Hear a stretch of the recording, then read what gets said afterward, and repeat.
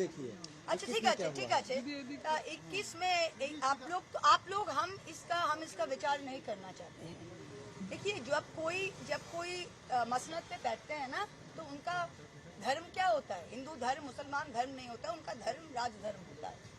जब ममता बनर्जी पहले मसनद पे आई थी 2011 में, उन्होंने कहा था कि बदला नोई बदल चाहिए। 2021 में जो हुआ, इन्होंने सीबीआई किया, सीआईडी किया, इनके पास सेंट्रल गवर्नमेंट था और जितने भी सीबीआई केसेस हुए इनके हाथ में था। आप देखिए कितने में कौन दोषी आया। अभी आप देखिए हर दिन जब से ये गवर्नमेंट गिरा है 4 मई तक, ऐसा दिन नहीं गया है जब कोई तृणमूल का मिनिस्टर या लीडर अरेस्ट नहीं हुआ है। और किस किस कारण में अरेस्ट हुआ है? हमारे यहाँ पे उज्जवल विश्वास, किस लिए? वो सिटिंग एमएलए है। सिटिंग एमएलए को उनको तिरपाल, उनको साड़ी घर पे है, उन्होंने बोला है कि आप ले जाइए, फिर भी अरेस्ट हुआ है। अभी देखिए ये जो चल रहा है, कोई अरेस्ट करके पुलिस कभी किसी को वो without a court of law, without trial, कोई भी देश में, किसी भी देश में पुलिस उसको रस्सी लगा के सड़क पे घुमा नहीं सकता। This is beyond the remit of law. तो ये जो हो रहा है इसका जवाब उनको देना पड़ेगा। मैम, ऋतुव्रता बनर्जी के नेतृत्व में बैठक होती है, ममता बनर्जी अध्यक्ष है, वो वहाँ पे मौजूद नहीं होते हैं और ममता बनर्जी को चेयरमैन से हटा दिया जाता है, एक्सपेंड कर दिया जाता है अभिषेक बनर्जी को। कैसे देख रहे हैं? अच्छा ये थिएटर ऑफ द अब्सर्ड बोलते हैं ना, थिएटर ऑफ द अब्सर्ड, इसको बोलते हैं थिएटर ऑफ द अब्सर्ड। जिस आदमी, हमारा कॉन्स्टिट्यूशन में ममता बनर्जी का पार्टी है, ममता बनर्जी का पार्टी है, ममता बनर्जी का सिंबल है, ममता बनर्जी के नाम और सिंबल में हर कोई एमएलए एमपी बना है। कोई भी आज सीपीएम से आके, कहीं से भी आके, अगर मतलब ये तो हम तो कह रहे हैं कोई पागलपन है जो आपने, और एक कम्प्लीटली अशिक्षित विथ नो नॉलेज कोई भी बोल सकता है। हम आज बोल सकते हैं हम क्वीन ऑफ इंग्लैंड, अगर उनको कहना है हम queen of England, Rani Victoria कोई है ही नहीं, हम रानी है, तो ठीक है भैया, हम रानी मानते हैं। वो अगर खुद को, Mamata Banerjee Trinamool Congress, she is the chairperson, उसको बिना टोपी पहना हुआ अरूप रॉय को बनाइए, ठीक है, आप जाइए ना, आप कल वोट पे जाइए। हम तो बोल रहे हैं आप सब अर्बन बॉडी को, सब पंचायत को आप डिसॉल्व कीजिए, सब पंचायत, सब अर्बन बॉडी डिसॉल्व कीजिए, सब कुछ कीजिए इमीडिएटली, और आप कल चुनाव पे जाइए, इस 65 एमएलए को रिजाइन करवाइए, और कल ऋतुव्रता कांग्रेस, नाम दीजिए इस पार्टी का, ऋतुव्रता कांग्रेस, जावेद खान कांग्रेस, जो भी आप मानते हैं, आप उसका नाम दीजिए और चुनाव पे जाइए और इनको चुनवा के लाइए। Very simple. আর এই ডিম ফেলা নাকামি ঢ্যামনামি হচ্ছে। আজকে দুপুরের মিড ডে মিলের খাবার তারা আজকে ইসকনকে দিচ্ছে। ইসকন ডিম দেবে না আমাদের বাচ্চাদের, এদিকে ডিম দিয়ে লোকের ওপর ফেলা, মানুষের ওপর, নেতাদের ওপর বিজেপির লোকেরা ডিম ফেলছে, আর বিজেপির সরকার নিজের বাচ্চাদের, আমাদের বাচ্চাদের পুষ্টির পেটে আঘাত দিয়ে তারা বলছে যে তাদের ডিম খাওয়া এলাও। এটা হয় আপনারাই বুঝুন। Ma'am, mid day meal, ma'am और हिंदी नहीं बोलेंगे, नहीं हो गया, और हिंदी नहीं बोलेंगे, बांग्लाয় बोलेंगे। শুভেন্দু অধিকারী আরো একটা কথা বলেছেন যে গুন্ডা মাফিয়া সবাই জেলে যাবে, দুর্নীতিতে জিরো টলারেন্স, এবং কামদুনি থেকে কসবা ল কলেজ কাউকে রেয়াত করা খুব হবে না। ভালো, আমি খুব খুশি শুভেন্দুদা এই কথাগুলো বলেছে, আমি খুব খুশি। আমি একটাই জিনিস ওনাকে রিমাইন্ড করতে চাই যে যিনি যেই 65টা বিধায়ককে যিনি তার কাছে রেখেছেন বা যাকে জানে তিনি কন্ট্রোল করছেন, বা যেই ঋতব্রত লবি যেটা শুভেন্দু অধিকারীর কথায় এলওপি হয়েছে, এই 65টাদের রেকর্ডটা আপনি খুলুন। কারণ যেদিন জাভেদ খান শুভেন্দু অধিকারী তার অফিসে গিয়েছিলেন, শুভেন্দুদা তার হ্যান্ডশেক করে বলেছিলেন, হেসে হেসে বলেছিলেন যে এবার আপনার সব বেআইনি কনস্ট্রাকশনগুলো লিগাল করে নিন, ঠিক আছে? এই হচ্ছে সিস্টেম। ওয়াশিং মেশিন যেটা দিল্লিতে চলতো সেটা এখানেও চলছে। আজকে ভয়ে সবাই যাচ্ছে কেন? জেব্বের শেখ চাপড়া, সে যাচ্ছে কেন? রুকবানুরকে সরিয়ে জেব্বের শেখকে চাপড়ার টিকিট দেওয়া হয়েছিল। আজকে জেব্বের শেখ কি করে হাত মেলাচ্ছে? কেন বলছে যে না আমার ওপর খুব চাপ? কিসের চাপ? না আমার কর্মীদের বাঁচাতে হবে। কর্মীরা বাঁচতে চায় না। ওখানে আইএসএফও সিম্বল দিয়েছিল, বিজেপিও সিম্বল দিয়েছিল, তৃণমূলও সিম্বল দিয়েছিল, সবাইকে হারিয়ে জেব্বের শেখ তৃণমূল কংগ্রেসে জিতে এসেছে। কর্মীরা লড়াই করে এসেছে। কর্মীরা কোনোদিনই বলতে পারে না যে ভাই বাঁচার জন্য তুমি আজকে বিজেপি করো।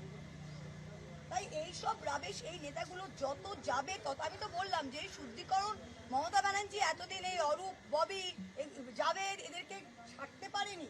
পাবলিক বলতো যে মমতা ভালো, চার চোরটা চোর তার সাথে ঘোরে। আজকে কিন্তু শুভেন্দুদা আমাদেরই তো একজন ছিলেন, তিনি তো খুব ভালো করেই চেনেন, তাদের আমাদের থেকে সরিয়ে দিল, খুব ভালো কাজ। আপনাদের কোন পরিস্থিতিতে সিপিএম থেকে ওরকম নানা রকম মানে যেগুলো সোশ্যাল মিডিয়ায় যে জিনিসপত্র বেরিয়েছিল, সিপিএম থেকে বহিষ্কৃত ঋতব্রতকে কোন তাগিদে আপনাদের দলে নিতে হবে? অ্যাবসলিউটলি কেউ দেখে শেখে, কেউ থেকে শেখে, আমরা থেকে শিখলাম, আর কিছু বলার নেই।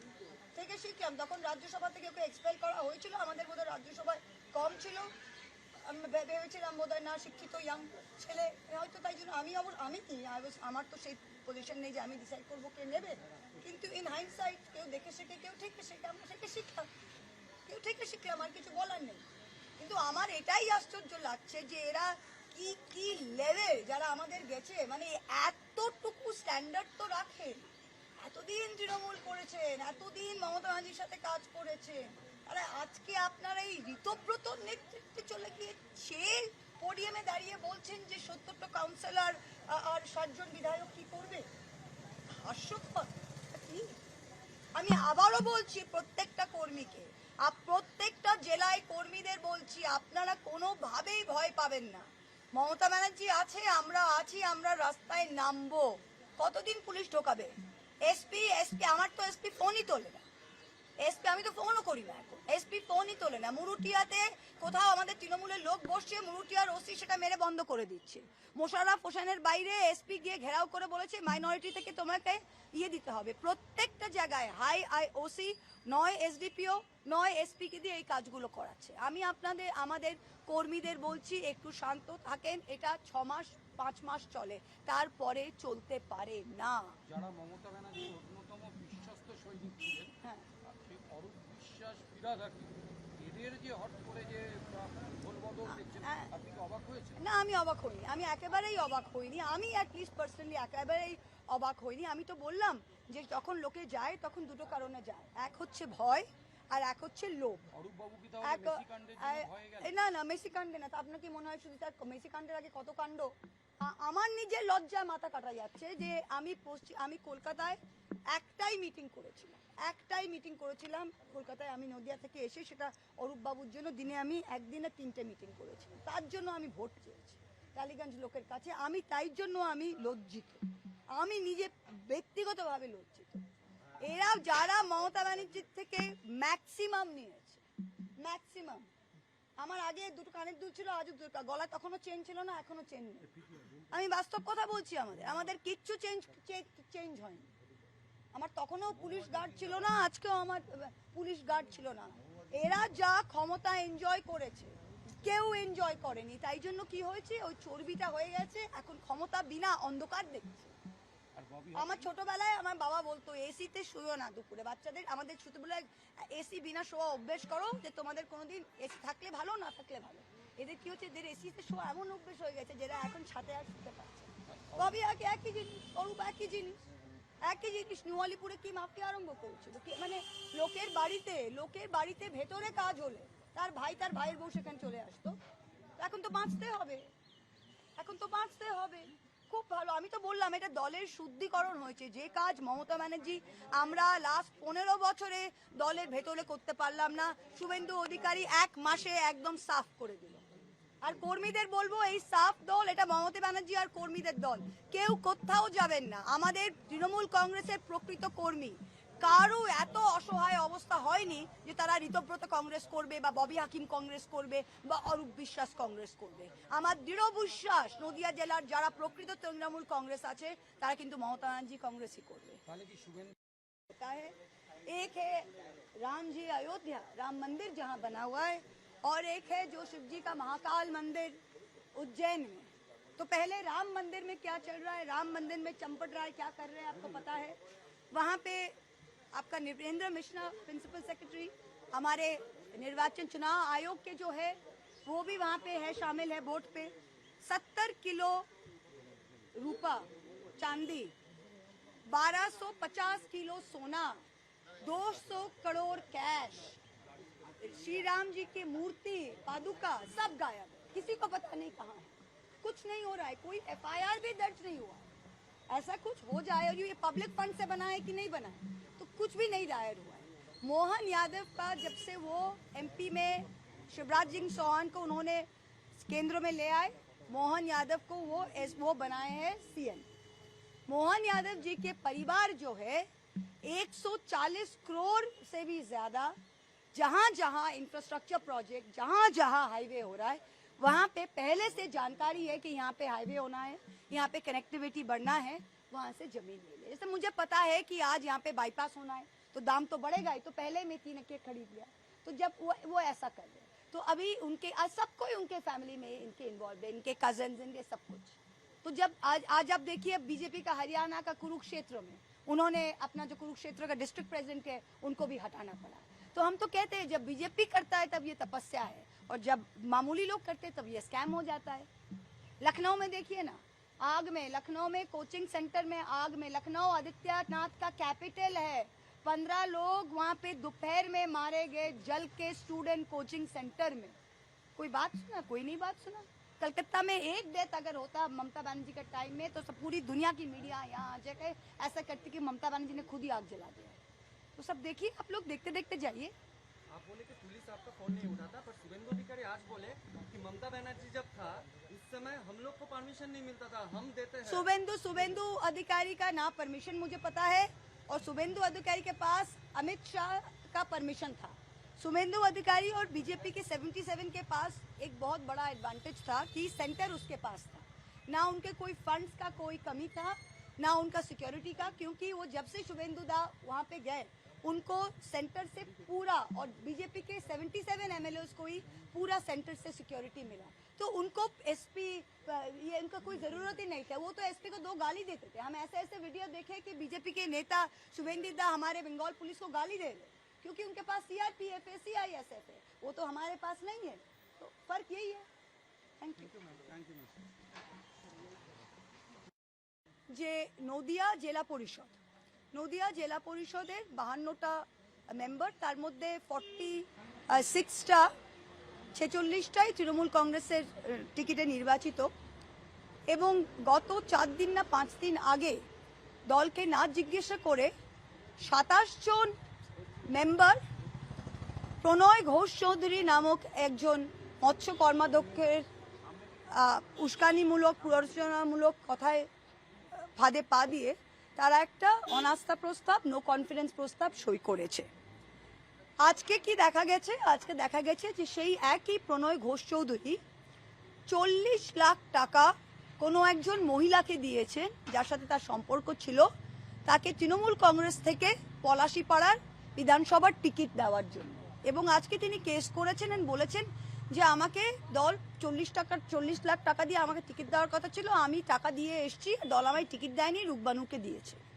তো আমি বলতে চাই যে যেই মানুষ 1.5 মাস আগে বা 2 মাস আগে 40 লাখ টাকা দিয়ে তৃণমূল কংগ্রেসের টিকিট দেওয়ার এতই আগ্রহী ছিলেন, আর অবভিয়াসলি তৃণমূল কংগ্রেস টাকা নিয়ে টিকিট দেয় না, কারণ তাকে দেয়নি, এবং রূপবানুর রহমানকে টিকিটটা দিয়েছিল এবং সে জিতেছিল, সেই মানুষটার আজকে সে বলছে যে না আমি যে সভাধিপতি হব, আর সবাইকে টোপ দিচ্ছে।